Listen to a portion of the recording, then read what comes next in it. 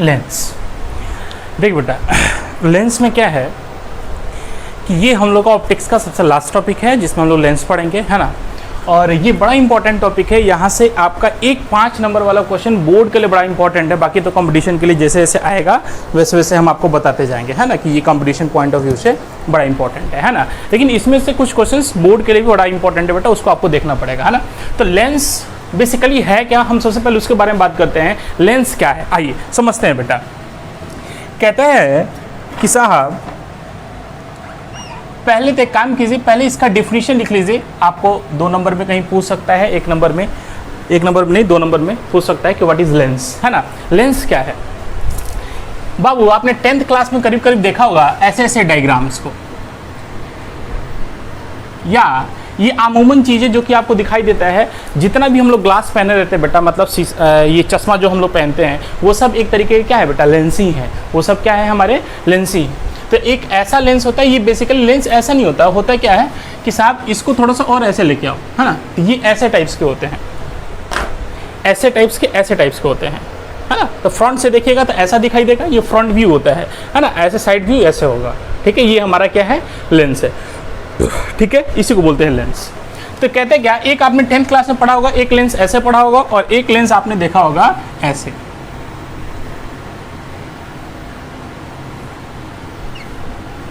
ठीक है।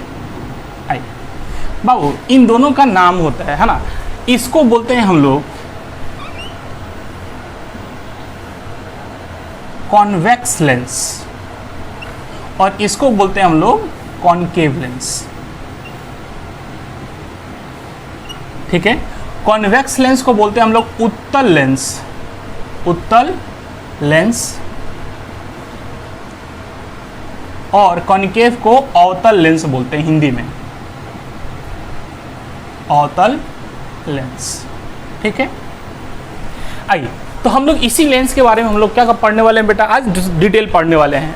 होता क्या है कि ये जो लेंस होता है इसके अंदर में बेटा मटेरियल फील्ड होता है ना। जो ग्लास वगैरह आपने देखा, आप देखे होंगे कि ग्लास का होता है, कभी कभी वो फाइबर का भी, हल्के में आप देखिएगा तो ग्लास से हल्का क्या होता है आपका, फाइबर होता है। तो हम लोग कहते हैं कि नहीं, हमारी आंखों के यहाँ के पास ज़्यादा गड्ढा आ जाता है तो हम लोग कहते हैं नहीं, ग्लास का यूज़ नहीं बनाइए, आप हमको फाइबर का बना दीजिए। तो साहब वो फाइबर का भी बनाते हैं, तो फाइबर का भी होता है ना। तो बेसिकली इसमें क्या है, एक मटेरियल फील्ड होता है ना। उस मटेरियल की अपनी एक रिफ्रैक्टिव इंडेक्स होती है, मटेरियल का रिफ्रैक्टिव इंडेक्स होता है जो कि हम लोग जानते हैं। तो आओ बेटा हम लोग पढ़ते हैं लेंस। लेंस किसे कहते हैं, तो ध्यान से देखो,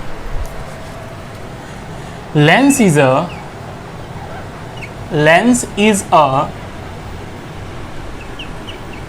transparent material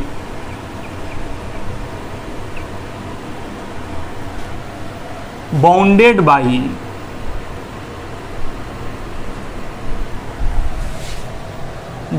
by two refracting surfaces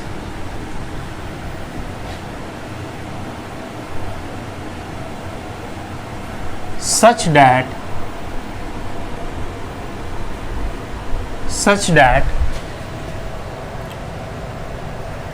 at least, ये L है, at least one of the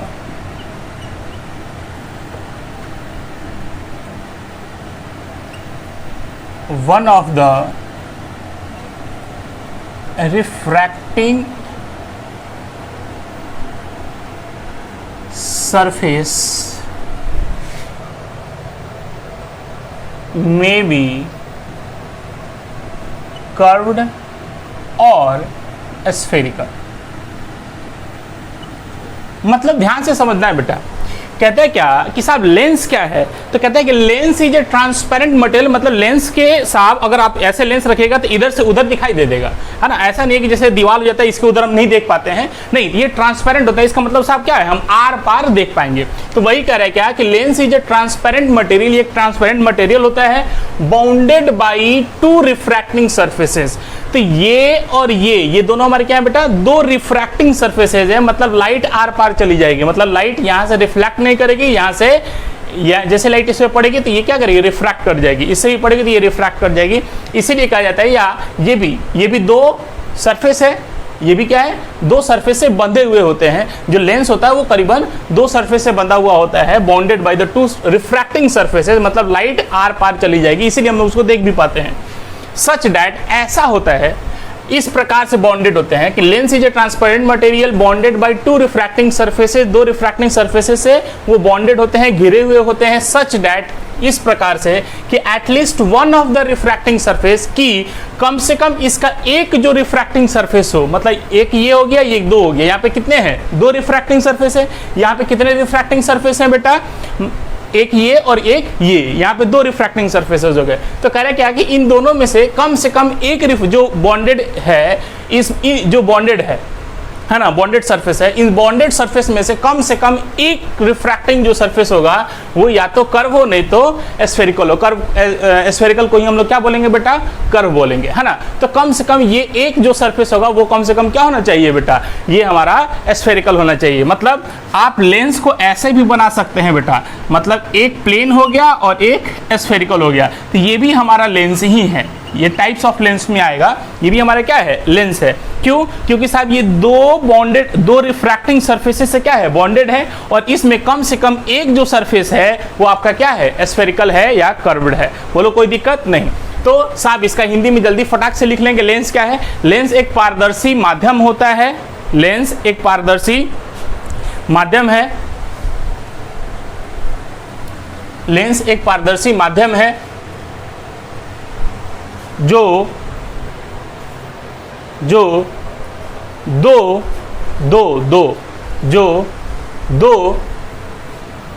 अपवर्तक सतहों से घिरा हुआ होता है, जो दो अपवर्तक सतहों से, ऐसे लिखिएगा, जो दो अपवर्तक सतहों से इस प्रकार घिरा हुआ होता है, दो अपवर्तक सतह से इस प्रकार घिरा हुआ होता है कि कम से कम एक अपवर्तक सतह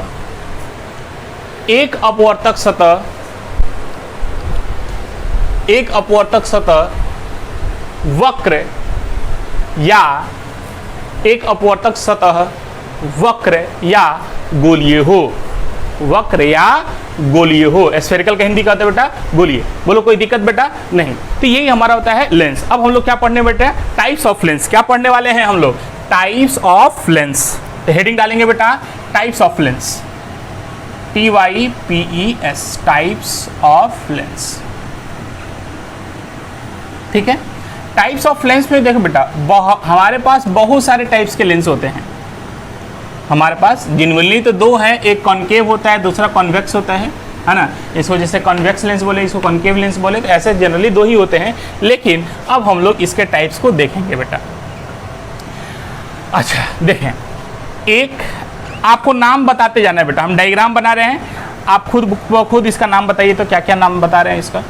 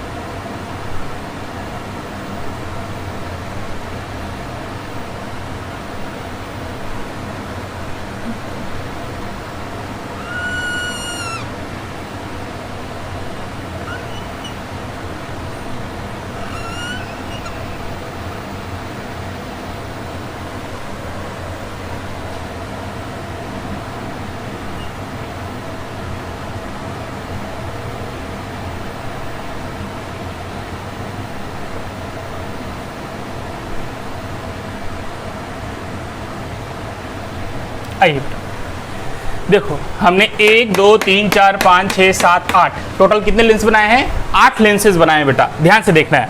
हम कह रहे हैं क्या कि साहब अगर ये स्फेरिकल कर्व है, ये ऐसे है बेटा, है ना, ये ऐसे है ना, ऐसे इधर वाला सरफेस ऐसे है तो उधर वाला सरफेस भी कैसे है, ऐसे है, ठीक है। तो ये क्या है, एक स्फीयर का पार्ट ही है ना, ध्यान से देखना।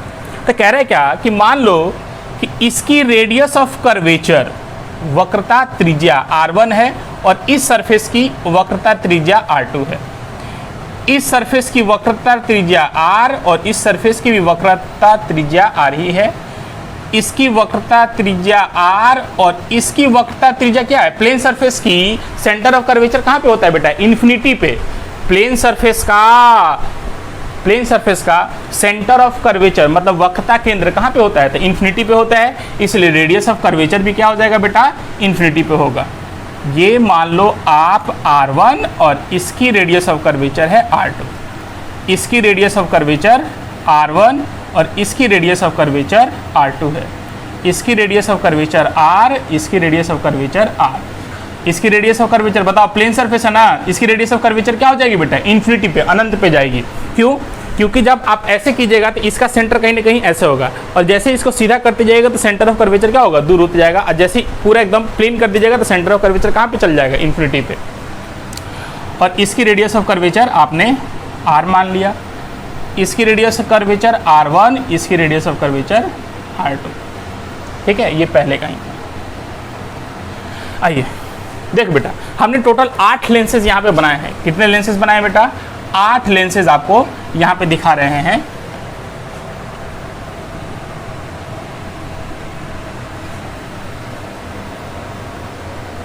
कितने लेंसेज दिखाए आपको, 8 लेंसेज। अब इन सभी लेंसेज का आपको नाम लिखना है। देखो बेटा, लेंस एक तरीके से 2 प्रकार के होते हैं, सिंपल।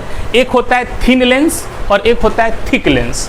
थिन लेंस का मतलब जिसकी थिकनेस मतलब इसकी थिकनेस क्या है बेटा, ये है, यहाँ से इसकी मोटाई, ये हो गई इसकी थिकनेस। थिकनेस को हम लोग किससे दिखा रहे हैं, टी से। थिकनेस का मतलब मोटाई। तो हमारे पास 2 टाइप्स के लेंस होते हैं, एक थिन लेंस होते हैं, दूसरा थिक लेंस होते हैं। तो थिन और थिक में अंतर क्या होता है, एक मोटा लेंस होता है और एक पतला लेंस होता है। तो हमें जनरली जो पढ़ना होता है बेटा, हमारे सिलेबस में है हमेशा थिन लेंस के बारे में पढ़ना है, थिक लेंस के बारे में कोई डिटेल नहीं पढ़ना है, ठीक है। एग्जाम में कॉम्पिटिशन में सब हम लोग का थिन लेंस ही आता है। चलो, ये सब के सब हमारे क्या है बेटा, थिन लेंस है, मान लीजिए। तो कह रहा है कि थिन लेंस में जो थिकनेस ऑफ द लेंस होती है वो क्या होती है बेटा, बहुत ही कम होती है, मतलब टी शुड बी नेग्लिजिबल। आप जब देखिएगा साहब, आपके पास जो चश्मा बनता है उसकी थिकनेस क्या होती है, कम होती है ना, जो ज़्यादा नहीं होती है।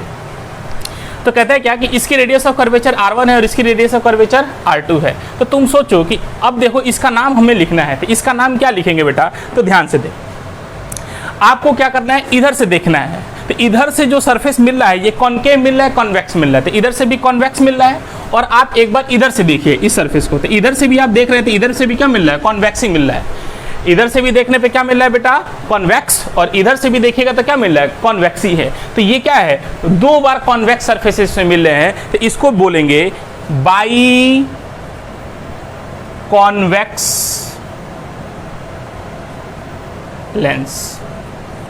इसको क्या बोलेंगे, बाई कॉन्वेक्स लेंस, ठीक है। मतलब 2 गो कॉन्वेक्स इधर भी है, कॉन्वेक्स इधर भी है। अच्छा, अब क्या है कि साहब इसकी रेडियस ऑफ कर्वेचर अलग है, इसकी रेडियस ऑफ कर्वेचर अलग है, मतलब ये अलग स्फीयर का पार्ट है और ये अलग स्फीयर का पार्ट है, ठीक है। अब यहाँ पे देखो कि साहब ये भी लेंस है, बाई कॉन्वेक्स लेंस ही है, ये भी बाई कॉन्वेक्स लेंस ही है, लेकिन क्या है कि साहब इसकी रेडियस ऑफ कर्वेचर और इस सरफेस की रेडियस ऑफ कर्वेचर दोनों क्या है, सेम ही है। इसका मतलब हम लोग लिखेंगे, इसको बोलेंगे equi, E Q U E, equi by convex lens. इसको क्या बोलेंगे, इक्वी, मतलब दोनों क्या हो गए, बराबर हो गए, ठीक है। अच्छा, इसका देखो बेटा, इसकी रेडियस ऑफ कर्वेचर r है और ये कैसा सरफेस है, ये प्लेन सरफेस है। तो इसका मतलब इसका इधर से देखेंगे तो ये क्या मिल रहा है, कॉनकेव की कॉन्वेक्स। तो इधर से मिल रहा है बेटा हम लोग को कॉन्वेक्स, इधर से क्या मिल रहा है, कॉन्वेक्स, जबकि इधर से प्लेन। तो इसको बोलेंगे plano, PLANO, plano convex lens. इसको क्या बोलेंगे, प्लेनो कॉन्वेक्स लेंस, है ना, ऐसे।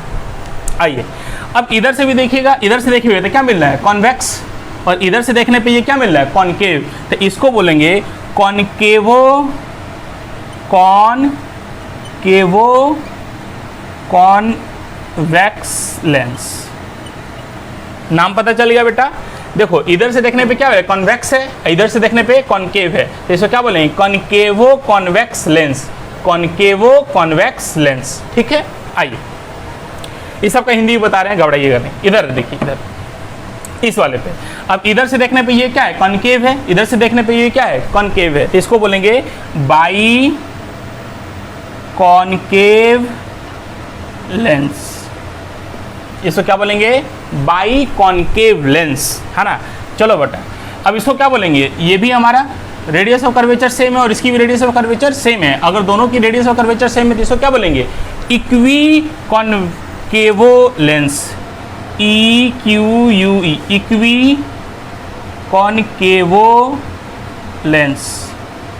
ठीक है, आइए इसका एक सरफेस क्या है, प्लेन है, और इधर से सरफेस कॉनकेव है बेटा, तो इसको क्या बोलेंगे, प्लेनो कॉनकेव लेंस। क्या बोलेंगे इसको, plano, PLANO, plano concave lens. आइए अब इधर से देखो, इधर से देखने पे ये भी कॉन्वेक्स है और इधर से देखने पे ये कॉनकेव है, इधर से देखने पे ये कॉन्वेक्स है और इधर से देखने पे ये कॉनकेव है। इसका मतलब इसका नाम क्या होगा, तो इसका नाम होगा कॉन्वेक्सो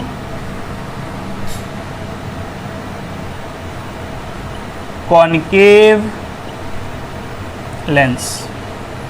बाबू, कॉन्वेक्सो कॉनकेव लेंस। ठीक है, आपको फर्क थोड़ा सा देखना पड़ेगा, एक ये वाली लेंस है और एक ये वाली लेंस है। इसका नाम है कॉनकेवो कॉन्वेक्स लेंस, कॉनकेवो कॉन्वेक्स लेंस, इसको बोलने कॉन्वेक्सो कॉनकेव लेंस, है ना। तो बाबू इंटरचेंज कर सकते हैं नाम में, कोई दिक्कत वाली बात नहीं है। इसको भी बोला जा सकता है कॉन्वेक्सो कॉनकेव लेंस और इसको भी बोला जा सकता है कॉनकेवो कॉन्वेक्स लेंस, कोई दिक्कत नहीं। तो इस प्रकार से हमारे कितने टाइप्स के आपको दिखाई दे दिए बेटा, 4 टाइप्स के लेंस दिखाई दे दिए। कितने टाइप्स के लेंस दिखाई दिए, 4 इसके और 4 इसके, मतलब टोटल 8 टाइप्स के लेंस आपको दिखाई दिए। और इन्हीं 8 टाइप के लेंस के बारे में हम लोग को सिर्फ और सिर्फ नाम के बारे में जानना, तो थोड़ा सा हिंदी में बता देते हैं इसको, है ना।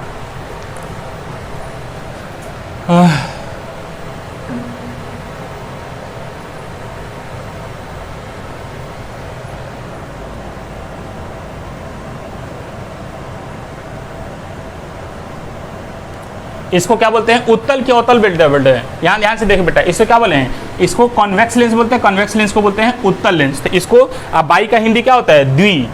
तो द्वि कैसे बोलते हैं, द्वि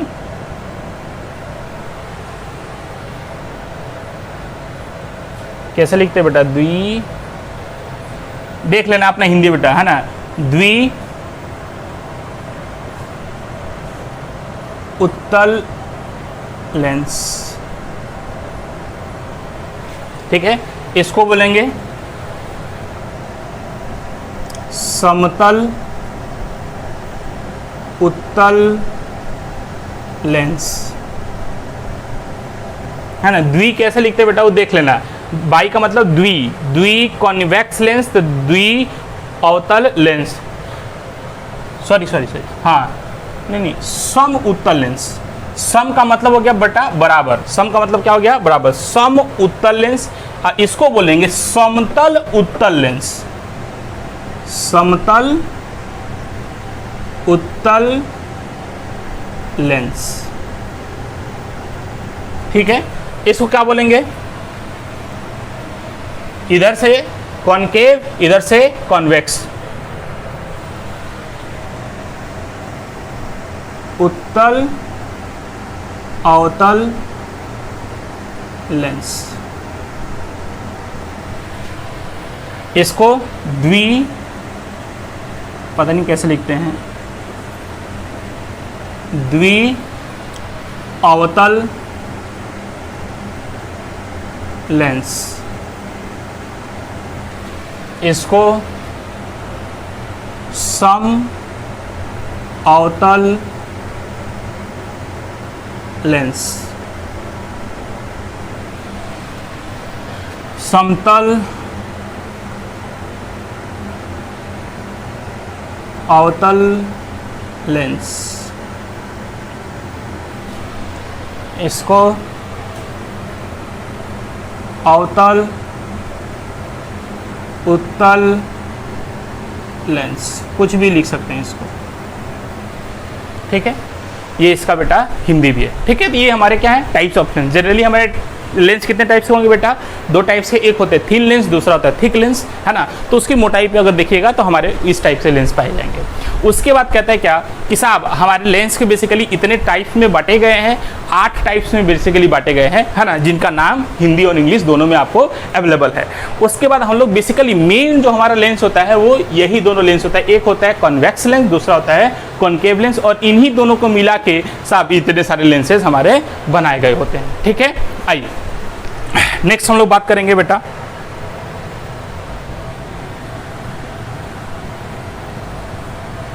आइए नेक्स्ट हम लोग किसके बारे में बात करते हैं, तो नेक्स्ट हम लोग बात करेंगे बेटा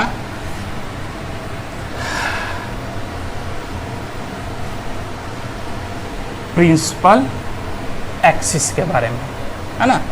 आइए, गर्मी बहुत ज़्यादा ही है,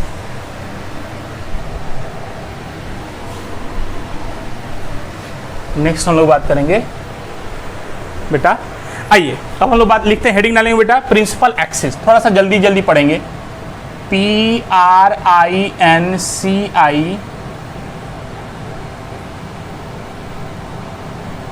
प्रिंसिपल एक्सिस, ठीक है।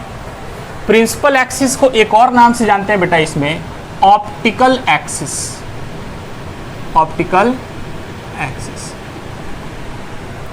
प्रिंसिपल एक्सिस को हम लोग बोलते हैं मुख्य अक्ष या प्रधान अक्ष, जो कि हम लोग मिरर में पढ़े थे। प्रिंसिपल एक्सिस क्या बोलते हैं, मुख्य अक्ष या प्रधान अक्ष, और ऑप्टिकल एक्सिस को, प्रिंसिपल एक्सिस को ही ऑप्टिकल एक्सिस भी बोलते हैं। और ऑप्टिकल एक्सिस बोला गया है तो उसका हिंदी हम लोग बोलेंगे प्रकाशिकीय अक्ष। क्या बोलेंगे इसको बेटा, प्रकाशीय अक्ष, ठीक है। बोलो अब कहता है साहब ये मिरर में तो हम लोग प्रिंसिपल एक्सिस पढ़े थे, लेंस में कैसा होता है, तो ध्यान से देख बेटा। कहता है क्या कि ये हमारी एक लेंस है, ध्यान से देखना, ये कौन सी लेंस है बेटा, कॉनकेव की कॉन्वेक्स लेंस है, तो ये हमारा कॉन्वेक्स लेंस है, और ये वाला हमारा कॉनकेव लेंस है।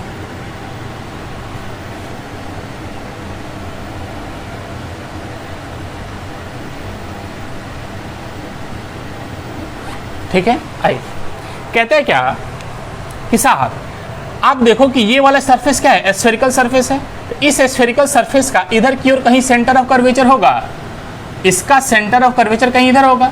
अच्छा, इसका सेंटर ऑफ कर्वेचर C1 माना, तो इसका रेडियस ऑफ कर्वेचर कितना होगा, तो ये रेडियस ऑफ कर्वेचर हमने माना R1, और इसका रेडियस ऑफ कर्वेचर कुछ होगा R2। तो इसका कर्व कैसे ऐसे है ना, तो इसका सेंटर किधर होगा, कहीं इधर होगा। तो इसका जो इस सरफेस का जो सेंटर होगा कहीं यहाँ पे होगा, ठीक है, कहीं यहाँ पे होगा, जिसको हमने माना C2 से। प्रिंसिपल एक्सिस लेंस में कैसे डिफाइन होता है, तो कहता है क्या कि it is a straight line joining the centre of curvature of the lens. जो लेंस का जो सेंटर ऑफ कर्वेचर होता है, दो सेंटर ऑफ कर्वेचर इसमें मिलेंगे, क्योंकि दो रिफ्रैक्टिंग सरफेसेस हैं और वो क्या है, स्फेरिकल है, तो इसमें दो सेंटर ऑफ कर्वेचर मिलेंगे। तो इन सेंटर ऑफ कर्वेचर को ज्वाइन करने वाली जो रेखा मिलेगी, इसी को हम लोग क्या बोलते हैं बेटा, प्रिंसिपल एक्सिस बोलेंगे। इसी को हम लोग क्या बोलेंगे, प्रिंसिपल एक्सिस बोलेंगे। इसी को हम लोग बोलते हैं प्रिंसिपल एक्सिस या ऑप्टिकल एक्सिस भी इसको बोलते हैं। और प्रिंसिपल एक्सिस या ऑप्टिकल एक्सिस क्या है, समझ में आया। जैसे इस सरफेस का सेंटर ऑफ कर्वेचर मान लो कि इधर है, ये हो गया, इसकी रेडियस ऑफ कर्वेचर R1 मानते हैं और इसकी रेडियस ऑफ कर्वेचर बेटा R2 मानते हैं। तो इसका सेंटर ऑफ कर्वेचर कहाँ होगा, इधर, इसका सेंटर ऑफ कर्वेचर कहाँ होगा, कहीं इधर होगा, ये C2। तो it is a straight line passing through the centre of curvature of the lens is called principal axis या ऑप्टिकल एक्सिस। इसी को हम लोग बोलेंगे ऑप्टिकल एक्सिस। बोलो कोई दिक्कत नहीं। कहते हैं क्या कि तो ध्यान से देख बेटा, कहते हैं क्या कि अगर ये कर्व है, ठीक है, इस कर्व का सेंटर ऑफ कर्वेचर यहाँ है, तो इसका मतलब यहाँ से यहाँ तक की जो दूरी होगी वो क्या कहलाएगी बेटा, रेडियस ऑफ कर्वेचर, मतलब R1 होगा। और ये जो कर्व है, इस कर्व का सेंटर ऑफ कर्वेचर यहाँ पे है, इसका मतलब यहाँ से इस सरफेस से यहाँ तक की दूरी क्या कहलाएगी बेटा, R2 कहलाएगी। बोलो हाँ कि ना। लेकिन ध्यान देने वाली बात क्या है कि अभी स्टार्टिंग में ही हम आपको बताए कि साहब हम लोग जो लेंस पढ़ते हैं वो क्या पढ़ते हैं बेटा, थिन लेंस पढ़ते हैं। मतलब इसकी जो थिकनेस हम लोग लेते हैं वो थिकनेस क्या होती है, नेग्लिजिबल होती है। अगर थिकनेस नेग्लिजिबल होगी बेटा, ध्यान समझना, अगर थिकनेस नेग्लिजिबल होगा, ये चीज़ और आगे भी बताएंगे लेकिन यहाँ भी बता दे रहे कि बाद में आपको ज़्यादा समझ में आए। अगर थिकनेस नेग्लिजिबल होगा बेटा, अगर ये थिकनेस अगर कम होगा, बहुत कम होगा, तो तुम सोचो कि ये सरफेस बेसिकली यहाँ पे आ जाएगा और ये सरफेस यहाँ पे आ जाएगा। ध्यान से समझिए कि अगर इसकी थिकनेस बहुत ही कम है, इसकी थिकनेस, ये जो इतनी चौड़ी थिकनेस दिख रही है, ये थिकनेस अगर कम होगा तो ये वाला सरफेस यहाँ पे भी आ जाएगा और ये वाला भी सरफेस इसी स्ट्रेट लाइन पे आ जाएगा। बोलो हाँ कि ना। लेकिन होंगे तो एक्चुअल में ये कर्वी होंगे। तो तुम सोचो कि जो R1 R2 मेजर किया जाएगा वो बेसिकली इसी स्ट्रेट लाइन से मेजर किया जाएगा। मतलब यहाँ से, ध्यान समझना, अगर ये सरफेस यहाँ पे आ जाएगा तो मतलब यहाँ से ही हमारा R1 होगा, सेंटर ऑफ कर्वेचर, और यहाँ से ही ये हमारा R2 होगा। ऐसा हम क्यों बोल रहे हैं? क्यों? क्योंकि साहब हमारी जो लेंस है वो क्या है बेटा, बहुत ही पतली है। अगर पतली हो जाएगी तो साहब हम एकदम बीच वाले लाइन से ही R1 और बीच वाले लाइन से ही हम R2 मेजर करेंगे। बोलो कोई दिक्कत नहीं। वैसे ही बेटा इसमें भी होगा कि अगर एक्चुअल में देखिए तो यहाँ से यहाँ तक की दूरी आपको क्या मिलेगी, R2, जिसकी रेडियस ऑफ कर्वेचर है R2 होगी, और यहाँ से यहाँ तक की जो दूरी होगी उसको हम लोग क्या बोलेंगे बेटा, R1 बोलेंगे, है कि नहीं। लेकिन अगर ये लेंस क्या है, बहुत ही पतली हो जाए, थिक हो जाए, तो उस कंडीशन में अगर लेंस पतली हो जाए तो ये बीच वाला लाइन आप एक ड्रॉ कीजिएगा। ये बीच वाला लाइन अगर आप ड्रॉ करते हैं तो यहाँ से यहाँ तक की दूरी आपको R2 कहला जाएगी, और यहाँ से यहाँ तक की दूरी आपको क्या कहलाई जाएगी बेटा, R1 कहला जाएगी। बोलो बात समझ में आ गई। ये कब होगा, ये ऐसा कब होगा, ये तब होगा जब लेंसेज हमारी क्या हो बेटा, बहुत ही थिक होंगे तब। और हम लोग जो पढ़ते हैं वो हमेशा थिन लेंस ही पढ़ते हैं बेटा। बोलो कोई दिक्कत नहीं। तो यही हमारा क्या है, प्रिंसिपल एक्सिस। तो लिख लेंगे, it is a straight line, it is a straight line passing through the center of curvature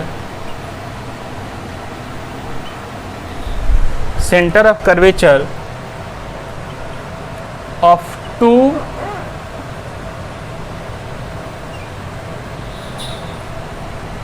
refracting surfaces of lens। ठीक है, यही क्या है बेटा, ये इसी को बोलते हैं प्रिंसिपल एक्सिस। मतलब जो हमारा लेंस होता है उस लेंस की जो वक्रता केंद्र होता है, तो दोनों वक्रता केंद्र को मिलाने वाली जो रेखा होती है, सीधी रेखा होती है, उसी को हम लोग क्या बोलते हैं बेटा, प्रिंसिपल एक्सिस या ऑप्टिकल एक्सिस बोले। बोलो कोई दिक्कत नहीं। आइए नेक्स्ट बढ़ते हैं बेटा। प्रिंसिपल एक्सिस के बाद आपको एक वर्ड मिलेगा, ऑप्टिकल सेंटर। क्या मिलेगा बेटा, ऑप्टिकल सेंटर। अभी दिखा रहे हैं, हेडिंग डाल लीजिए, ऑप्टिकल सेंटर, जो कि मिरर में जिसको आप लोग पढ़ते थे पोल। ऑप्टिकल सेंटर, ऑप्टिकल सेंटर को सी से दिखाएंगे। ऑप्टिकल सेंटर क्या है, मान लो बेटा ये हमारी लेंस है और ये इसका प्रिंसिपल एक्सिस है। कहता है क्या कि ये वाला जो पॉइंट होता है, मतलब जो सेंट्रल पार्ट इसका भी है, इसी को हम लोग बोलते हैं क्या है, ऑप्टिकल सेंटर। और इसी को हम लोग सी से भी दिखाते हैं। और जैसे आपने मिरर में पढ़ा था कि the central part of the mirror is called pole, वैसे ही ऑप्टिकल सेंटर क्या है कि साहब the central part of the lens is called pole, is called optical centre. बोलो कोई दिक्कत, इसी को ऑप्टिकल सेंटर हम लोग बोलते हैं। इसकी खासियत क्या होती है, इसकी खासियत क्या होती है कि रेज अगर इस ऑप्टिकल सेंटर से पास होती है बेटा तो वो अनडेविएटेड जाएगी, इसमें कोई रेज में डेविएशन नहीं होगा। मतलब कि अगर रेज ऐसे चली जाती है तो ये आर पार चली जाएगी, ऐसे आ रही है तो ऐसे ही चली जाएगी विदाउट एनी डेविएशन के। अगर ये रे आ रही है, रे डायग्राम ऐसे बताया जाएगा आपको बाद में, लेकिन आप पहले समझ लीजिए कि अगर ऑप्टिकल सेंटर से अगर कोई भी रे लेंस से गुजरती है तो वो बेटा अनडेविएटेड चली जाती है। चाहे ये लेंस कॉन्वेक्स लेंस हो, चाहे आपका कॉनकेव लेंस हो। यही पोर्शन आपका क्या कहलाएगा? यही पोर्शन आपका क्या कहलाएगा? ऑप्टिकल सेंटर, जिसको हम लोग सी से दिखा रहे हैं। और अगर लाइट रे इस ऑप्टिकल सेंटर से पास हो जाती है तो बेटा तो बिना किसी डेविएशन के चली जाएगी, ऐसे आ रही थी ऐसे चली जाएगी, बोलो कोई दिक्कत नहीं। तो इसी को बोलते हैं हम लोग ऑप्टिकल सेंटर। ठीक है, नेक्स्ट ऑप्टिकल सेंटर के बाद आपको पढ़ना है फोकस। लेकिन फोकस के बारे में हम लोग थोड़ी देर बाद आएंगे बेटा, है ना। क्यों? क्योंकि उसमें थोड़ी सी ज़रूरत पड़ती है किसी चीज़ की। और उसके पहले फोकस से पढ़ने से पहले हम लोग जो डील करने वाले हैं वो डील करने वाले हैं अभी लेंस मेकर फार्मूला के बारे में। किसके बारे में डील करेंगे बेटा? अभी लेंस मेकर फार्मूला के बारे में डील करेंगे। और ये जो लेंस मेकर फार्मूला है बेटा 12th बोर्ड में 5 नंबर वाले क्वेश्चन में एक ये क्वेश्चन एकदम फिक्स रहता है। ऑप्टिक्स से हम आपको बताए हैं करीबन 3 से 4 क्वेश्चंस आपके 5 नंबर में रहते हैं। और वो 3 क्वेश्चन में एक क्वेश्चन अभी जो पढ़ाने वाले lens maker formula, this is also a very important and मतलब आप समझिए ना ऐसे कि 100% आने की गारंटी इसमें है। ठीक है, लिखेंगे lens maker formula, lens maker formula. हम लोग पढ़ने वाले हैं lens maker formula. Lens maker formula को हिंदी में बोलते हैं लेंस निर्माणी सूत्र, है ना। लेंस मेकर फार्मूला को क्या बोलते हैं? लेंस निर्माणी सूत्र बोलते हैं। ठीक है, तो यही हमारा लेंस मेकर फार्मूला है। ये लेंस मेकर फार्मूला बेसिकली है क्या, क्या बताता है? तो lens maker formula basically object distance, ध्यान समझिएगा। लेंस मेकर फार्मूला क्या बताता है? ये एक रिश्ता बताता है, एक रिलेशन बताएगा किसके किसके बीच में बेटा। तो ये बताता है आपको ऑब्जेक्ट डिस्टेंस, इमेज डिस्टेंस, आपका रिफ्रैक्टिव इंडेक्स, अपवर्तनांक of the lens, refractive index of the surrounding medium, radius of curvature of the refracting surfaces. उस इन सभी के बीच में क्या बताता है? एक रिलेशन बताता है, एक रिश्ता बताता है ना। उसी रिलेशन को हम लोग क्या करने वाले हैं? अभी ड्राइव करने वाले हैं। और यही डिराइवेशन आपको बोर्ड में 100% आने की उम्मीद है। और इसको बेटा एकदम सब बहुत ही कायदे से इसको कर जाना है। ठीक है, आइए, प्रैक्टिस बहुत जरूरी है बेटा, इन सबको प्रैक्टिस करना है।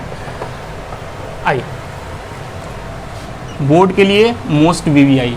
ठीक है, आइए लेंस मेकर फार्मूला का डेरिवेशन हम लोग करते हैं। आइए पहले हम लोग लेंस बना लेते हैं। मान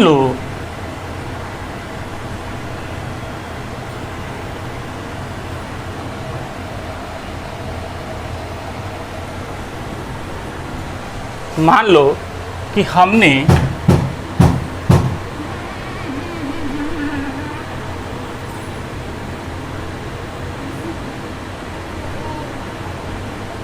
एक लेंस बना लिया, ठीक है। और इस लेंस की इसकी सरफेस की रेडियस ऑफ कर्वेचर R1 है और इस सरफेस की रेडियस ऑफ कर्वेचर R2 है, ठीक है। आइए, कहता है कि इसका मान लो कि ये हमारा ऑब्जेक्ट है, ये क्या है बेटा? ऑब्जेक्ट है, ठीक है। इसका सेंटर ऑफ, इस सरफेस का सेंटर ऑफ कर्वेचर कहीं इधर होगा। मान लो इसका सेंटर ऑफ कर्वेचर यहाँ पे है C1 और इस सरफेस का radius of curvature, centre of curvature कहीं इधर होगा। इस सरफेस का सेंटर ऑफ कर्वेचर चूँकि इधर की ओर कर्व है ना, इसका सेंटर ऑफ कर्वेचर इधर की ओर होगा। अब ध्यान से देखने वाली बात है, उसको देखेंगे। सबसे पहले लेंस मेकर फार्मूला में ये O हमारा ऑब्जेक्ट है। ये O क्या है बेटा? ऑब्जेक्ट, OBJECT सब लिखवाएंगे। तो ऑब्जेक्ट की यहाँ से यहाँ तक की दूरी हम लोग क्या लेंगे? U ले लेंगे, एकदम बीच वाले। क्यों? क्योंकि हमारा ये एजम्पशन है कि हम लोग जो लेंस मेकर फार्मूला ड्राइव करने वाले हैं वो किसके लिए ड्राइव करने वाले हैं? थिन लेंस के लिए ड्राइव करने वाले हैं, पैरेक्शियल रेज के बारे में ड्राइव करने वाले हैं। हम जो भी मानेंगे कि यहाँ से जो रेज इस पर गिरेगी वो पैरेक्शियल मिलेगी, सब एजम्पशन हम लोग अभी लिखवाएंगे, ठीक है। लेकिन फिलहाल के लिए देखिएगा कि हमारा एजम्पशन है कि ये थिन लेंस है। तो इसलिए ऑब्जेक्ट डिस्टेंस हम कहाँ से मेजर कर रहे हैं, ये जो ऑप्टिकल सेंटर जो आपने बनाया था, ऑप्टिकल सेंटर अभी पढ़ाया था, उसी ऑप्टिकल सेंटर से ही ऑब्जेक्ट डिस्टेंस ये मेजर होगा। आइए अब तुम सोचो कि यहाँ से एक रे इस ऑब्जेक्ट से इस सरफेस पे पड़ी, तो जैसे ही पड़ी तो साहब ये तो सीधे जानी चाह रही थी,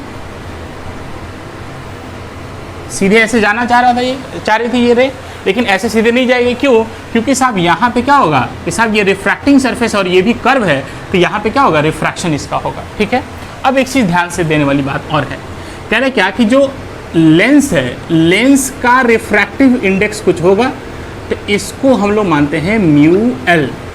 म्यू ये लिखे हैं म्यू, ऐसे बेटा ये है म्यू और नीचे लिखे हैं L, mu L. Mu L का मतलब हो गया refractive index of the lens, मतलब लेंस का अपवर्तनांक। मतलब ये लेंस किसी मटेरियल से मिलकर बना होगा तो उसकी अपनी रिफ्रैक्टिव इंडेक्स होगी, अपवर्तनांक होगा, वही बनाया गया। और जो इधर सराउंडिंग है, उस सराउंडिंग का रिफ्रैक्टिव इंडेक्स माना गया म्यू एस, इधर भी म्यू एस मान लिया गया है ना। म्यू एस का मतलब हो गया कि म्यू एस का मतलब है refractive index of the surrounding. आइए अब कहता है क्या कि साहब तुम सोचो कि साहब हम ये यहाँ पे मान के चल रहे हैं कि साहब म्यू एल लेंस का जो रिफ्रैक्टिव इंडेक्स होगा वो सराउंडिंग से क्या होगा, ज़्यादा होगा।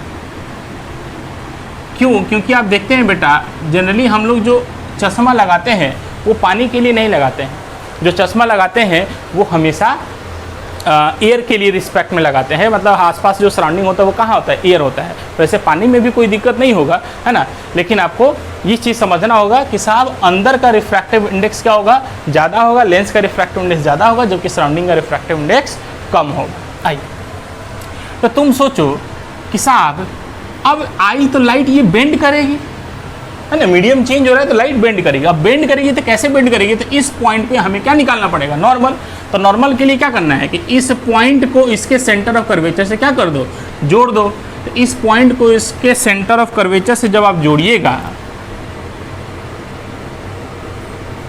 यही सेंटर ऑफ कर्वेचर है, इसका मतलब ये लाइट जा रही थी ऐसे, तो ये क्या होगा कि साहब रेयरर से डेंसर में आ रही तो नॉर्मल की ओर बेंड हो जाएगी। इसका मतलब ये लाइट रे यहाँ से कैसे चली जाएगी बेटा, इस डॉटेड लाइन के, ब्लैक वाला डॉटेड लाइन के पास में आएगा,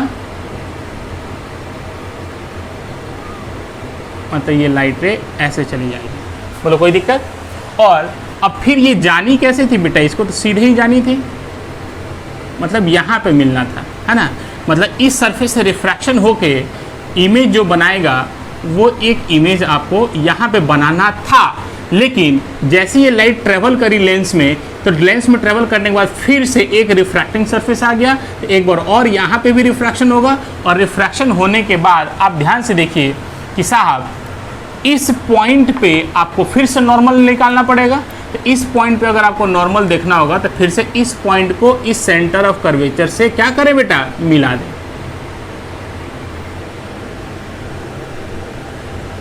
तो ये जो लाइन है ये इस पॉइंट पे ये नॉर्मल है, मतलब इस सरफेस पे ये क्या हो गया बेटा, नॉर्मल हो गया। अब तुम सोचो कि जब भी लाइट, अब यहाँ पे लाइट कैसे ट्रेवल करेगी, ये हो गया डेंसर और ये हो गया रेयरर, क्योंकि ये हमारा माना गया है कि लेंस का रिफ्रैक्टिव इंडेक्स क्या है, ज़्यादा है, तो अंदर में रिफ्रैक्टिव इंडेक्स ज़्यादा है और बाहर का रिफ्रैक्टिव इंडेक्स कम है।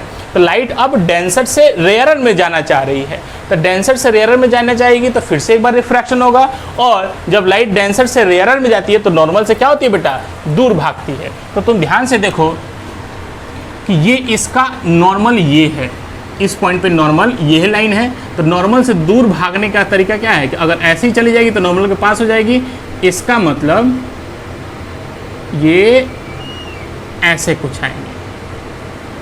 तो फाइनल लाइट रे रिफ्रैक्ट होके, इसको हम ब्लू से ही दिखा लेते हैं,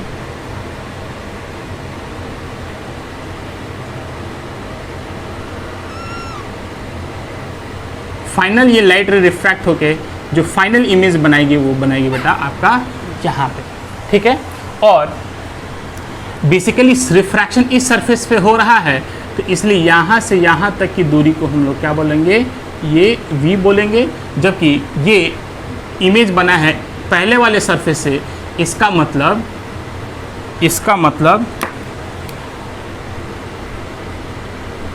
इस सरफेस से यहाँ तक की दूरी को, इसको आई डैश मान लो, तो इसको वी डैश मान लेते हैं। बोलो कोई दिक्कत नहीं, क्योंकि इंटरमीडिएट इमेज है इसको, इसलिए इसको क्या मान रहे हैं बेटा, आई डैश मान ले रहे हैं। ठीक है, क्या बात समझ में आई? एक बार फिर से बना दूं, अब ध्यान से देखना।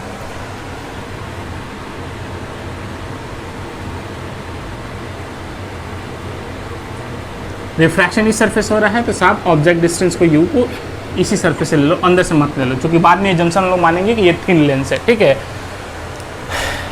डायग्राम समझ में आया? पक्का?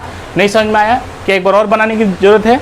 एक बार और देख लीजिए डायग्राम कैसे बनाए, एक बार और देख लीजिए। जिनको नहीं समझ में आया फिर से देखिए।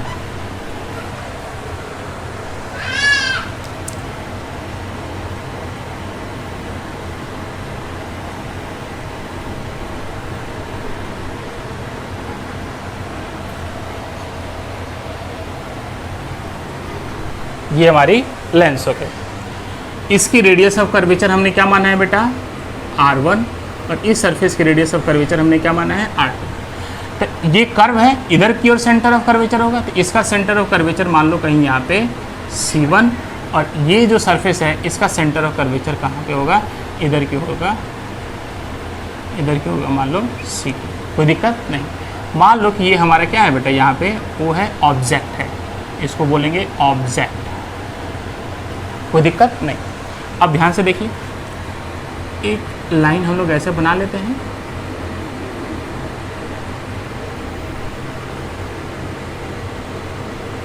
और इसी पॉइंट को हम लोग क्या बोलेंगे, ऑप्टिकल सेंटर हम लोग सी से दिखा रहे हैं, या ओ से भी दिखा सकते हैं इसको, है ना। ऑब्जेक्ट यहाँ पे ओ माना गया, इसलिए इसको सी से दिखा रहे हैं यहाँ पे। आइए बेटा, अब ध्यान देने वाली बात क्या है कि साहब यहाँ से R2 ये है ना, ध्यान से देखना है। अब ज़्यादा करेंगे तो घचपच हो जाएगा, हम मिटा देंगे, यहाँ ध्यान से देखना है। बेसिकली यहाँ से यहाँ तक की दूरी आपको R2 होगी, यहाँ से यहाँ तक की दूरी R2 होगी, और यहाँ से यहाँ तक की दूरी क्या होगी बेटा, आपकी R1 होगी। नहीं, चूँकि सेंटर ऑफ कर्वेचर C1 ये इस सरफेस का है ना, तो यहाँ से ना यहाँ तक R1 होगा। बोलो कोई दिक्कत। यहाँ से यहाँ तक क्या होगा बेटा, C2 होगा। अब वो हमारा एजम्पशन होगा कि ये लेंस हमारी क्या है, बहुत ही थिन है, इसलिए साहब जो R1 R2 मेजर करेंगे वो इस डॉटेड लाइन से, मतलब ऑप्टिकल सेंटर से ही R1 और ऑप्टिकल सेंटर से ही R2 हम लोग मेजर करेंगे। बोलो कोई दिक्कत नहीं। अब कहता है क्या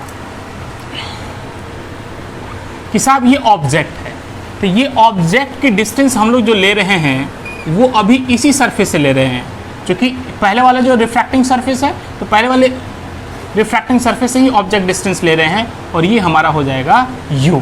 ये क्या हो रहा है बेटा, u। बाद में हमारा एजम्पशन होगा कि थिन लेंस है, इसलिए ये जो u लेंगे वो यहाँ से लेंगे, यहाँ से ये u डिस्टेंस लेंगे। अभी जो डिस्टेंस लिया गया वो यहाँ से लिया गया है। बोलो कोई दिक्कत नहीं। अच्छा, अब तुम ध्यान से देखो कि रेज कैसे कैसे बनेगी, कैसे कैसे चलेगी, और कैसे कैसे इस ऑब्जेक्ट का इमेज बनेगा। तो सबसे पहले एक रे इस ऑब्जेक्ट से हम लोग गिरा देते हैं।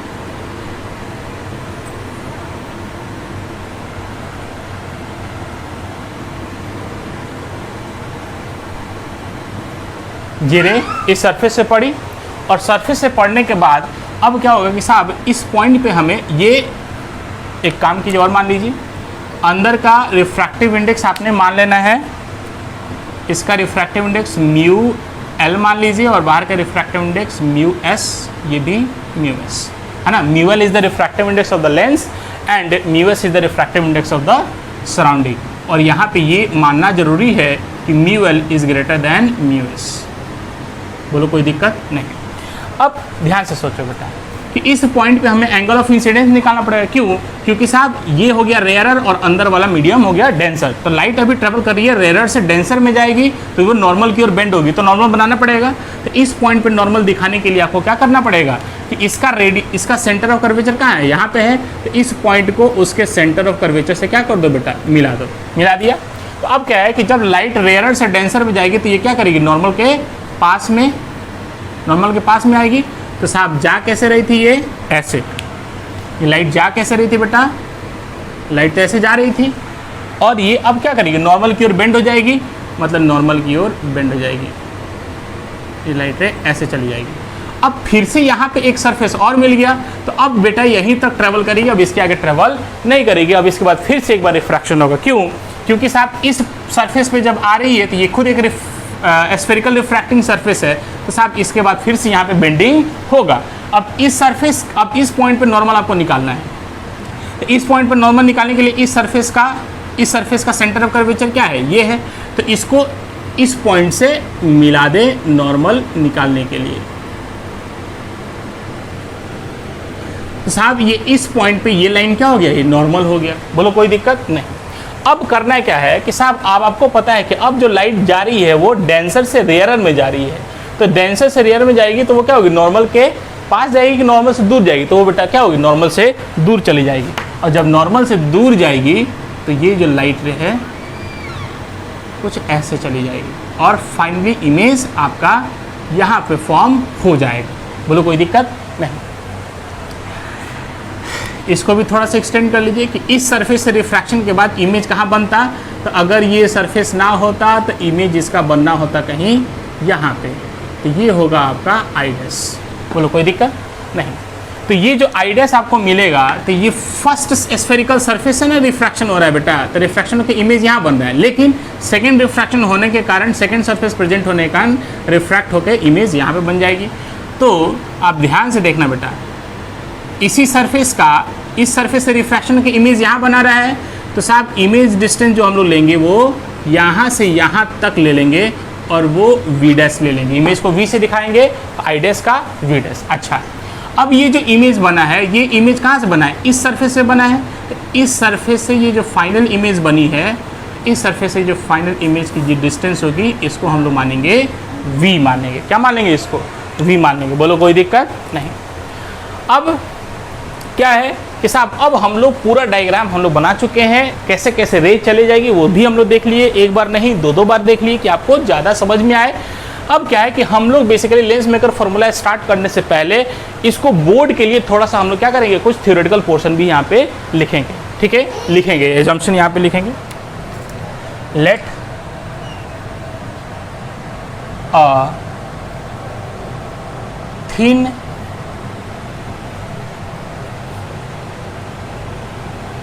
convex lens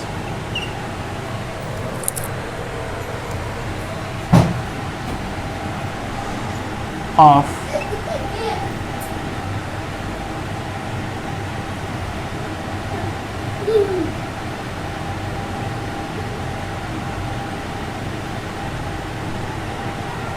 whose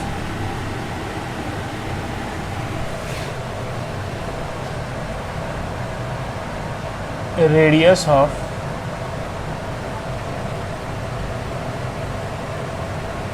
curvature of the two refracting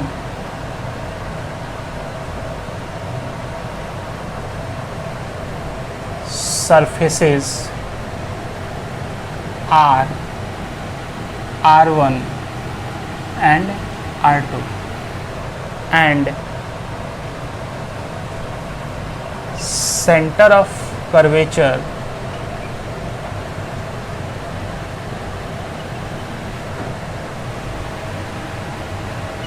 are C1 and C2.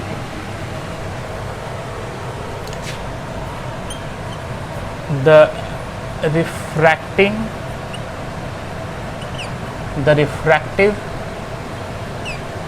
index of the lens is mu L and the refractive index of the surrounding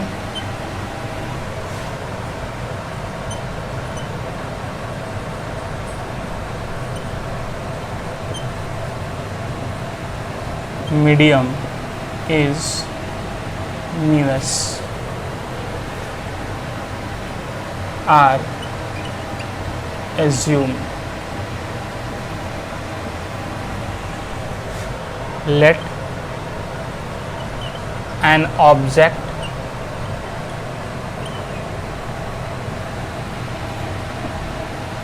is placed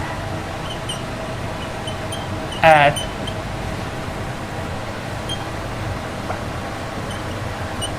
optical axis of the lens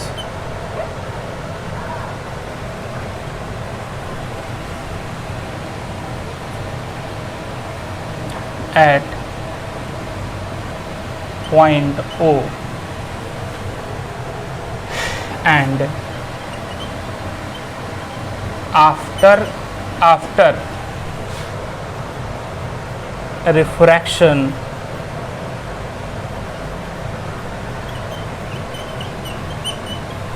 through the lens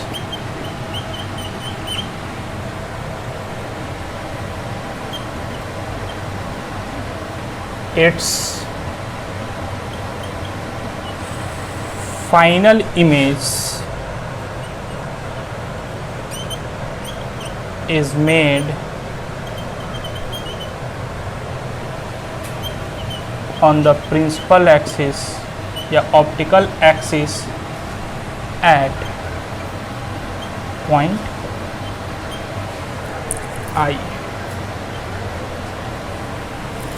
ठीक है, ये थोड़ा बहुत हमने क्या कर दिया बेटा कि थोड़ा बहुत लिख दिया कि साहब एग्जामिनर देखे तो उसको समझ में आए कि हाँ भाई कुछ ने इसने लिखा है। ठीक है, उसके बाद तो हम लोग बेटा इसका क्या करेंगे, अपना स्टार्ट कर देंगे रिफ्रैक्शन के, है ना। तो साहब क्या है कि इस यहाँ पे देखो, यहाँ पे दो बार रिफ्रैक्शन हो रहा है, एक बार फर्स्ट सरफेस से, एक बार सेकंड सरफेस से। तो एक बार फर्स्ट सरफेस से रिफ्रैक्शन लगा लेंगे, रिफ्रैक्शन थ्रू स्फेरिकल सरफेस, और एक बार सेकंड सरफेस से रिफ्रैक्शन लगा लेंगे तो हमारा सब कुछ मिल जाएगा। ठीक है, तो एक बार ये अपना लिख लेना है, उसके बाद हम लोग आगे प्रोसीड्यूर करेंगे। लिख लिया, हो गया बेटा, चलिए।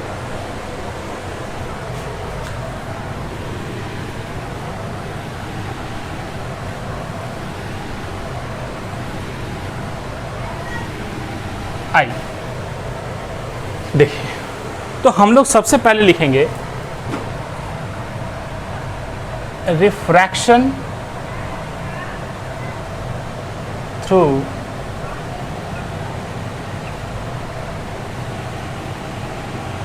spherical surface having a radius of curvature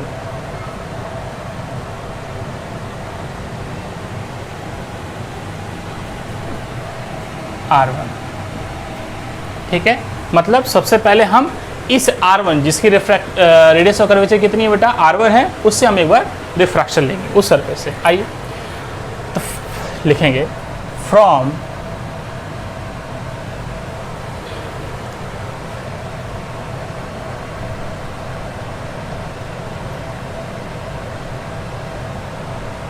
या ऐसे लिखो, एज वी नो, बाबू रिफ्रैक्शन थ्रू स्फेरिकल सरफेस हो रहा है ना, तो रिफ्रैक्शन थ्रू स्फेरिकल सरफेस का फॉर्मूला याद है। तो हाँ, एज वी नो क्या पढ़े थे हम लोग, μ2 by v minus μ1 upon u बराबर μ2 माइनस μ1 अपॉन r। ये पढ़ा था बेटा फॉर्मूला, तो हाँ यही पढ़ा था।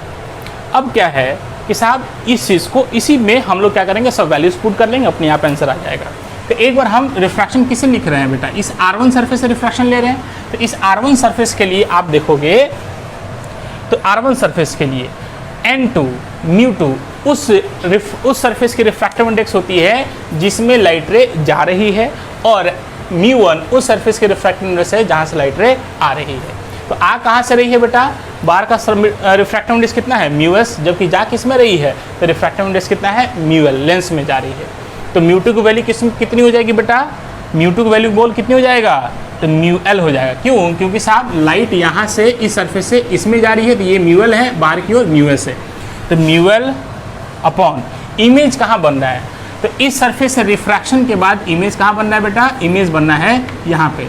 तो इमेज डिस्टेंस कितनी हो जाएगी बेटा, यहाँ से यहाँ तक इमेज डिस्टेंस हमने क्या माना है v डैश, क्योंकि इसी सरफेस से रिफ्रैक्शन लगाना है, तो यहीं से यहाँ तक की दूरी हमने वी डैश माना है, ये हो जाएगा by v dash minus mu one कहाँ से आ रही है बेटा, तो बाहर का रिफ्रैक्टिव इंडेक्स कितना है सराउंडिंग, तो mu S by object distance, तो इसी सरफेस से हमने u माना है, यहाँ से यहाँ तक की दूरी कितना है u, यहाँ से यहाँ तक की दूरी कितनी है u, ऑब्जेक्ट डिस्टेंस u बराबर mu L minus mu S upon इसकी रेडियस ऑफ कर्वेचर कितनी है r1।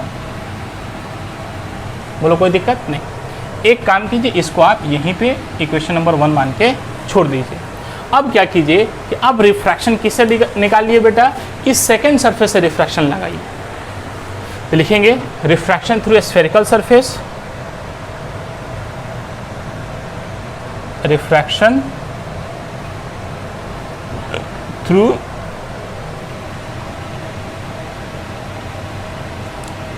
spherical surface having radius of curvature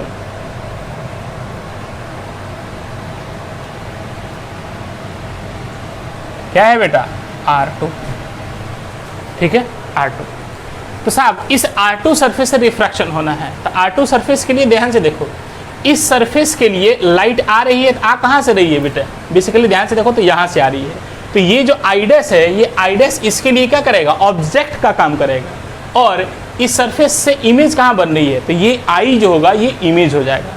मतलब R2 सरफेस के लिए I dash becomes image and I dash becomes object and I becomes image. यहाँ पे हम लिख दे रहे हैं कि आपको समझ में आए।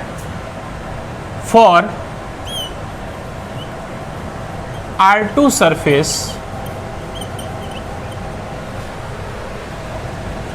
I dash becomes object and I becomes image। R2 surface के लिए ये जो R2 सरफेस, इस सरफेस से रिफ्रैक्शन हो रहा है, तो इस सरफेस पर लाइट आ कहाँ से रही है, यही ना लाइट आ रही है बेटा, यही लाइट आ रही है इस सरफेस पे आ रही है। तो बेसिकली ये मीट कहाँ कर रही है, यहाँ पे इस सरफेस के लिए ये ऑब्जेक्ट हो जाएगा, जबकि इसी सरफेस से ये रिफ्रैक्ट करके इमेज यहाँ बना रही है, तो इसी सरफेस से ये क्या हो जाएगा, इमेज हो जाएगा। तो अब यहाँ पे क्या लगा देंगे, फिर से बेटा रिफ्रैक्शन थ्रू स्फेरिकल सरफेस का फॉर्मूला लगा देंगे। क्या लिखेंगे, चूँकि हमें पता है N2 by v minus N1 upon u बराबर N2 minus N1 by r, यही फार्मूला होता है बेटा। इसके बाद यहाँ से लिखना है। अब आइए यहाँ देखिए, लिखिए N2 किस में जा रही है बेटा, तो लाइट आ रही है इसमें से, जा रही है इसमें, तो N2 क्या हो जाएगा, सराउंडिंग हो जाएगा, mu S upon V। Image कहाँ पे बना रही है, तो इस सरफेस से इमेज डिस्टेंस कितना हो जाएगा, ये यहाँ से यहाँ तक डिस्टेंस कितनी है, तो V कर लिया। आइए माइनस μ1, आई का आ कहाँ से रही है लाइट बेटा, तो आ रही है बेटा यहीं से ना। अरे इस सरफेस के लिए देखेंगे तो इसके जस्ट अगल बगल वाले मीडियम को देखेंगे। अगर बगल वाला मीडियम क्या है, ये है बेटा इसका लेंस का, ये हो जाएगा μl अपॉन ऑब्जेक्ट डिस्टेंस। तो तुम ध्यान से देखना बेटा, यहाँ से यहाँ तक की दूरी ये है v डैश, जबकि हमको क्या चाहिए, इस सरफेस से रिफ्रैक्शन लगा रहे हैं तो यहाँ से यहाँ तक की दूरी चाहिए। तो यहाँ से यहाँ तक की दूरी क्या होगा, तो एक्चुअल में तो साहब आप ध्यान से देखो, जो u होगा इस सरफेस के लिए, सेकंड सरफेस के लिए u जो होगा वो होगा v डैश माइनस टी, और t क्या है, तो ये हो गया इसकी थिकनेस। इस लेंस की जो अपनी क्या है बेटा, एक थिकनेस हो गई, वो थिकनेस हमने क्या माना है यहाँ पे t। तो तुम सोचो कि एक्चुअल में क्या होगा कि साहब हमको दिया हुआ है यहाँ से यहाँ तक का डिस्टेंस v डैश दिया हुआ है, ध्यान समझना। यहाँ से यहाँ तक का डिस्टेंस क्या दिया हुआ है, वी डैश दिया हुआ है, जबकि हमको क्या चाहिए, इस सरफेस से रिफ्रैक्शन लगा रहे थे, यहाँ से यहाँ तक का डिस्टेंस हमको चाहिए। तो तुम ध्यान से देखोगे कि अगर हमको यहाँ से यहाँ तक का डिस्टेंस चाहिए तो पूरे डिस्टेंस में से अगर इतना डिस्टेंस हम माइनस कर दें तो क्या हमको यहाँ से यहाँ तक का डिस्टेंस नहीं मिल जाएगा, तो हाँ मिल जाएगा। तो यहाँ से यहाँ तक का डिस्टेंस कितना हो जाएगा, तो यहाँ से यहाँ तक का डिस्टेंस हो जाएगा वी डैश माइनस टी, मतलब यहाँ से यहाँ तक वी डैश में से इस टी को घटा देंगे तो वी डैश माइनस टी, यहाँ से यहाँ तक का डिस्टेंस मिल जाएगा। लेकिन अब तुम ध्यान से देखो कि साहब ये जो टी है ये टी नेग्लिजिबल होगा, टी क्या होगा बेटा, नेग्लिजिबल होगा। क्यों, क्योंकि साहब हम लोग क्या मान रहे हैं, थिन लेंस, क्या मान रहे हैं, थिन लेंस मान रहे हैं, इसीलिए यहाँ पे आपको u बराबर क्या मिल जाएगा, आपको v डैश मिल जाएगा। क्यों, क्योंकि हम लोग थिन लेंस ले रहे हैं, तो इसलिए साहब यहाँ पे u की जो वैल्यू होगी असल में होनी चाहिए थी इतनी, लेकिन ये इतना ना हो कि हमारा क्या हो जाएगा, v डैश ही हो जाएगा, ये हो जाएगा v dash by mu two mu S minus mu L upon इसकी रेडियस ऑफ कर्वेचर कितनी होगी, r। ठीक है, हम लोग क्या है कि एक जनरल फार्मूला ड्राइव कर रहे हैं, इसलिए R1 R2 को साइन के साथ अभी पुट नहीं कर रहे हैं बेटा, अपने आप फार्मूला आ जाएगा, उसके बाद हम लोग जो भी वैल्यूज पुट करेंगे वो सब साइन के साथ पुट करेंगे। लेकिन अभी डेरिवेशन में R1 पॉजिटिव होगा कि R1 नेगेटिव होगा उसके बारे में कोई कमेंट अभी हम लोग नहीं कर रहे, क्योंकि हम लोग एक जनरल फार्मूला निकाल रहे हैं। आइए, अब ये हो गया आपका इक्वेशन नंबर 2, है ना, ये साइड के लिए अपना कर लीजिएगा, ये साइड के लिए वो हम लिखवाएंगे भी अभी एजम्पशन में। अब आप ध्यान से देखो कि साहब इक्वेशन नंबर 1 और इक्वेशन नंबर 2 से थोड़ा सा आपको देखना है। यहाँ पे क्या है, इक्वलिटी के राइट हैंड साइड में mu L upon mu S by R1 है, और यहाँ पे क्या है, mu S minus mu L है। तो साहब आपको क्या करना है कि साहब हम इस फॉर्मूला का थोड़ा सा और एक्सटेंड करके हम ऐसे लिख सकते हैं, mu S upon v minus mu L upon v dash बराबर माइनस पहले से कॉमन ले लेते हैं तो हो जाएगा mu L minus mu S upon R2। बोल होगा कि नहीं होगा, तो हाँ हो जाएगा सर। तो एक काम करो, इसको इक्वेशन नंबर 2 मान लो।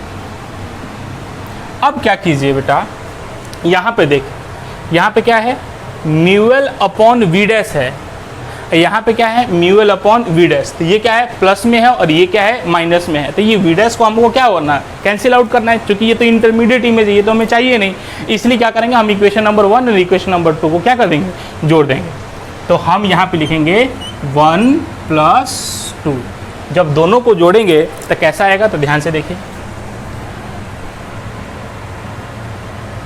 Mu L upon v dash minus mu S upon u बराबर mu L minus mu S upon R1, और आ जाएगा यहाँ पे equation number 2 mu S upon v minus mu L upon v dash बराबर minus का mu L minus mu S by R2।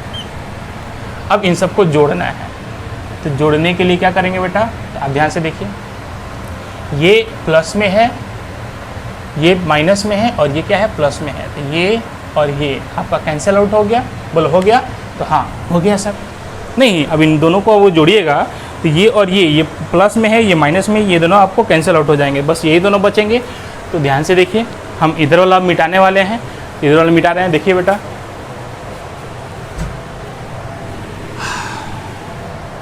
तो आपका क्या मिल जाता है, ध्यान से देखेंगे,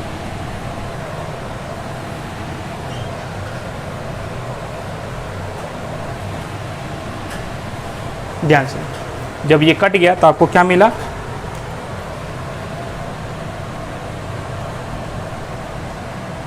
mu S upon v minus mu S upon u बराबर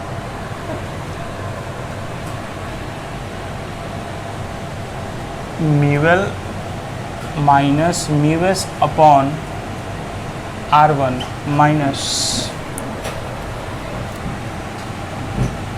mu L minus mu S upon R2, ठीक है। या एक काम कीजिए, इन दोनों में से म्यूएस निकाल लीजिए, कॉमन ले लीजिए। तो म्यूएस इधर से कॉमन आ गया, तो यहाँ पे बच गया 1/v माइनस 1/u, और इन दोनों में से म्यूएल माइनस म्यूएस कॉमन ले लो, तो म्यूएल माइनस म्यूएस, तो यहाँ पे बच जाएगा आपको, यहाँ पे क्या बच गया 1/R1, और ये माइनस के साइन के साथ 1/R2, ठीक है। कि म्यूएस को उधर से डिवाइड कर दो, या 1/v माइनस 1/u बराबर म्यूएस को डिवाइड कर दो, तो क्या मिल जाएगा म्यूएल अपॉन म्यूएस माइनस 1, चूँकि म्यूएस बाई म्यूएस, इसमें भी म्यूएस से डिवाइड होगा, इसमें भी म्यूएस से डिवाइड होगा, तो यहाँ पे म्यूएस से डिवाइड होगा क्या हो जाएगा 1 इंटू 1/R1 माइनस 1/R2। बेटा यही आपका लेंस मेकर फॉर्मूला है, और यही आपका मोस्ट वीवीआई जो के ऊपर लिखे भी है। लेंस मेकर फॉर्मूला क्या है कि 1/v माइनस 1/u बराबर mu L upon mu S minus 1 into 1/R1 minus 1/R2। अब साहब क्या v है, क्या u है, क्या R1 है, क्या R2 है, उसके बारे में हम लोग अभी बता रहे हैं। तो ये जो फार्मूला हमने अभी ड्राइव किया, ये वाला फार्मूला, इसमें बेसिकली क्या एजम्पशंस हैं, उस एजम्पशंस को अभी हम लोग देखेंगे। तो हेडिंग डालेंगे यहाँ पे एजम्पशंस।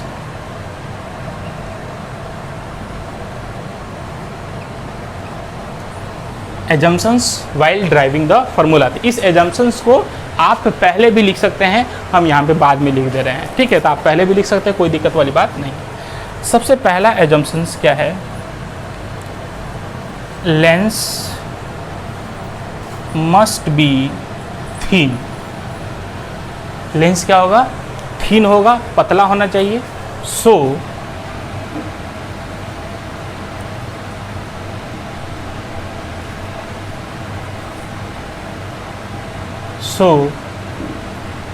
थिकनेस, थिकनेस को हम लोग किससे दिखाते हैं बेटा, तो T से दिखाते हैं। So thickness of the lens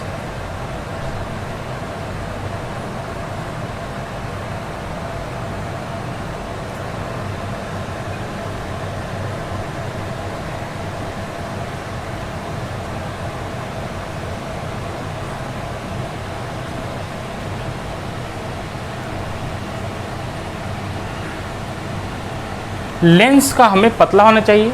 अगर पतला होगा तभी हम उस लेंस की थिकनेस को क्या कर लेंगे बेटा, नेग्लिजिबल कर लेंगे, जो कि यहाँ पे माना गया है, कोई दिक्कत नहीं। दूसरा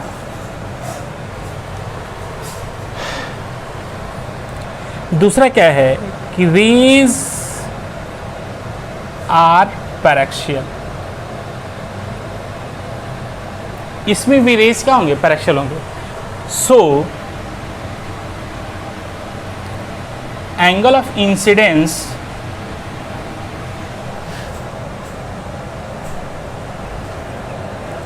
and angle of refraction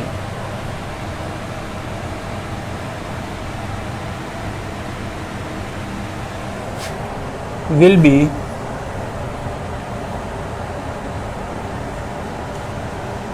very small,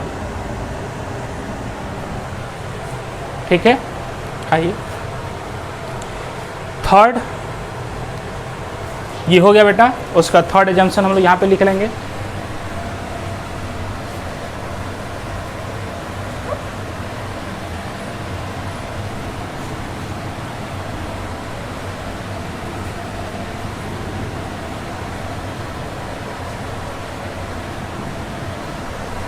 सबसे पहला एजम्पशन क्या माना है हम लोग बेटा कि साहब जो लेंस होनी चाहिए वो क्या होनी चाहिए बेटा, पतली होनी चाहिए। और लेंस पतली हो जाएगी, इसी कारण हम लोग जो थिकनेस ऑफ द लेंस है वो हम लोग क्या कर सकते हैं, उसको नेग्लिजिबल मान सकते हैं।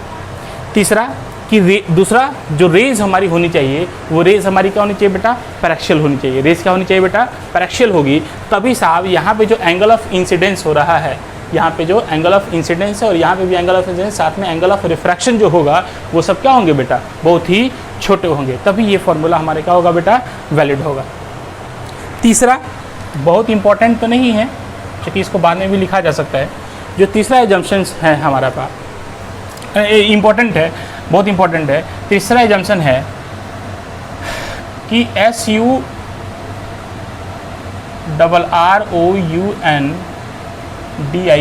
Surrounding medium of the lens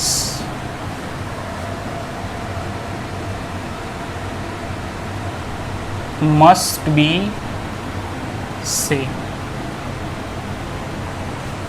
मतलब इस लेंस के अगल बगल में जो मीडियम होनी चाहिए वो दोनों क्या होनी चाहिए बेटा, सेम होनी चाहिए। ऐसे नहीं कि इधर एयर हो गया इधर वाटर हो गया तो वो क्या हो जाएगा, गड़बड़ जाएगा। उसके लिए ये लेंस मेकर फॉर्मूला आपका वैलिड नहीं होगा। तीसरा के बाद जो चौथा एजम्पशन होगा,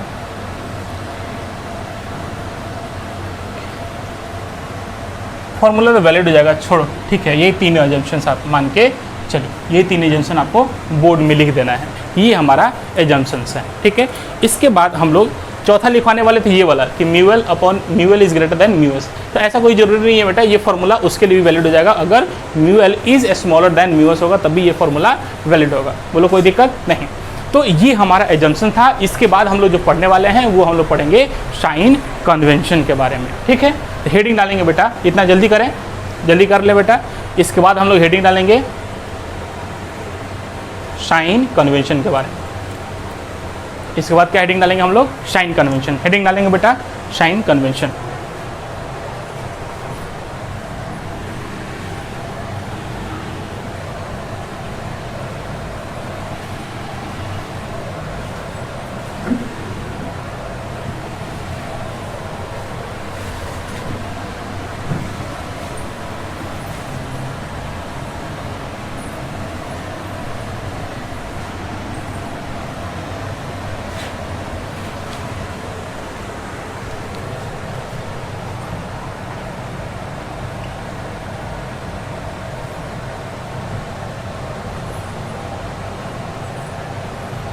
साइन कन्वेंशन के बारे में बात करेंगे।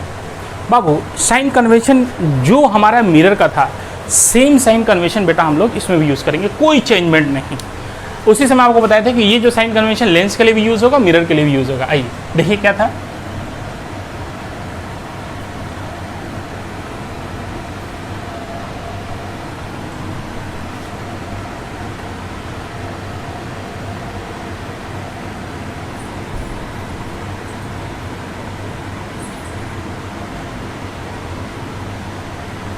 ठीक है, फाइनल डायग्राम तो ऐसे ही बना ना हम लोग का लेंस का। तो ध्यान से देखो, मान लीजिए कि ये हमारी एक लेंस है, तो हमने कहा कि साहब कि ये हमारा क्या है, प्रिंसिपल एक्सिस है। तो लिखेंगे पहला साइन कन्वेंशन क्या है कि पहला साइन कन्वेंशन सबसे पहले कि ऑल द डिस्टेंस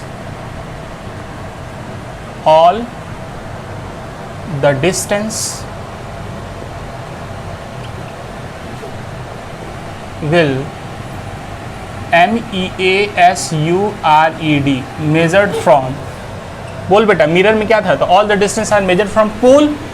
तो यहाँ पे all the distance are measured from optical centre, optical centre. दूसरा कह रहा है distance measured along the principal axis in the direction of incident ray will be positive। Same वही चीज, distance measure along the principal axis या optical axis बोल सकते हैं, प्रिंसिपल एक्सिस के along, ठीक है। In the direction of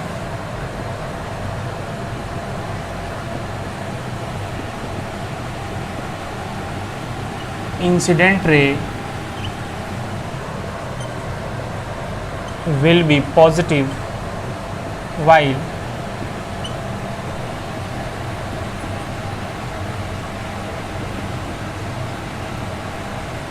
opposite to the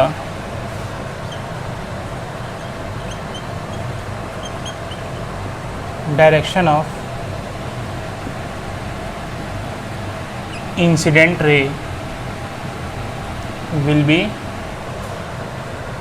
negative. Third, height measured above the principal axis will be positive, but below the principal axis will be negative. Height measured above principal axis या optical axis will be positive, while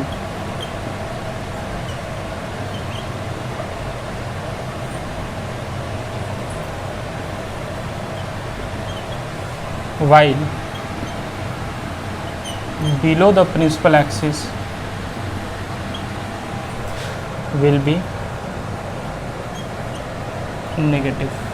ठीक है, ये हमारे 3 assumptions हैं, 3 sign convention है। ये sign convention को भी हम लोग क्या करेंगे बेटा, हमेशा याद रखेंगे। बोलो कोई दिक्कत नहीं, जल्दी इसको लिख ले बेटा।